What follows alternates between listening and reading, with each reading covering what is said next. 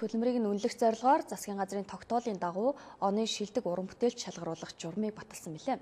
8 дахь жилдээ болж байгаа мөнгөн мод наадмын шилдэгүүд өнөөдөр тодорсон байна. Тайз дэлгэцийн найруулагч, зураач, жүжигчин, дуучин, хөгжимчин, бүжигчин, бит бус соёлын өвийг өвлөн уламжлагч гэсэн 7 төрлөөр оны шилдэг уран бүтээлчдийг шалгаруулжээ. Өнгөрөх 2015 онд манай улсын мэргэжлийн урлагийн байгууллагын олон улсын цөөнгүй уралдаан тэмцээнээс Гран при шагналд хүртсэн багтмын амжилт гаргасан.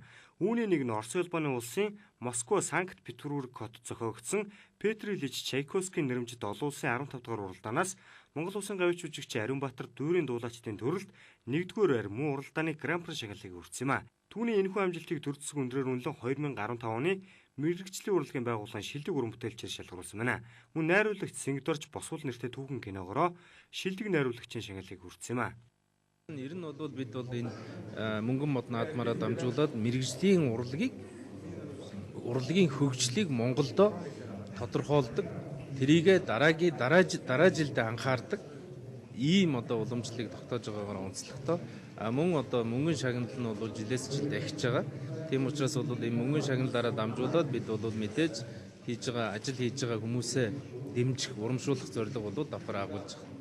2015 оны тайз дэлгэцсэн шилдэг жүжигчнэр Чонсүлд киноны гол дүрийг бүтээсэн жүжигчин анх нам шилдэг хөгжимчнөр Улсын филармоны хөгжимчин Санчир, шилдэг бүжигчнэр Дүүр бүжгийн Эрдмийн театрын гоцл бүжигчин Саруул, шилдэг соёлын өвийг тээгч гэсэн номинацид Улаанбаатар чуулгын дуучин Батуулт нар шалгарч мөнгөн мод цомыг гарт авлаа.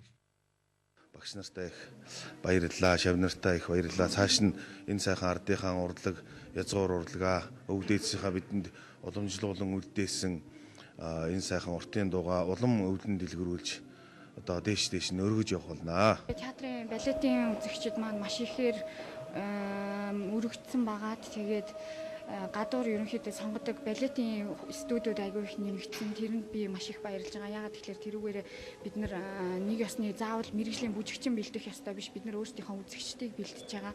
Тэр утгаараа маш их өргөн хүрээтэй сайн хөгжиж дэвшиж байгаа болов уу гэж бодож байна.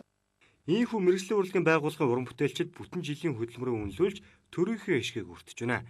Шинжлэн баталсан соёлын тухай хуулинд мэргэжлийн урлагийн байгууллагын уран бүтээлчдийн цалин болон ахуйн амжийг нэмэгдүүлэх зүйл залтыг оруулж өгчээ. Ингэснээр улс орны хөгжлийг илтгэн харуулах, мэргэжлийн урлагийн байгууллагын уран бүтээлчдийн ажиллах этгээгийг нэмэгдүүлж, эрүүл очоо бэлтгэх нөхцөл боломж бүрдсэн гэж үзэж байна. Хөтөлбөрт анхаарлаа хандуулж байгаа баярлалаа үзэгчдээ. Одоо та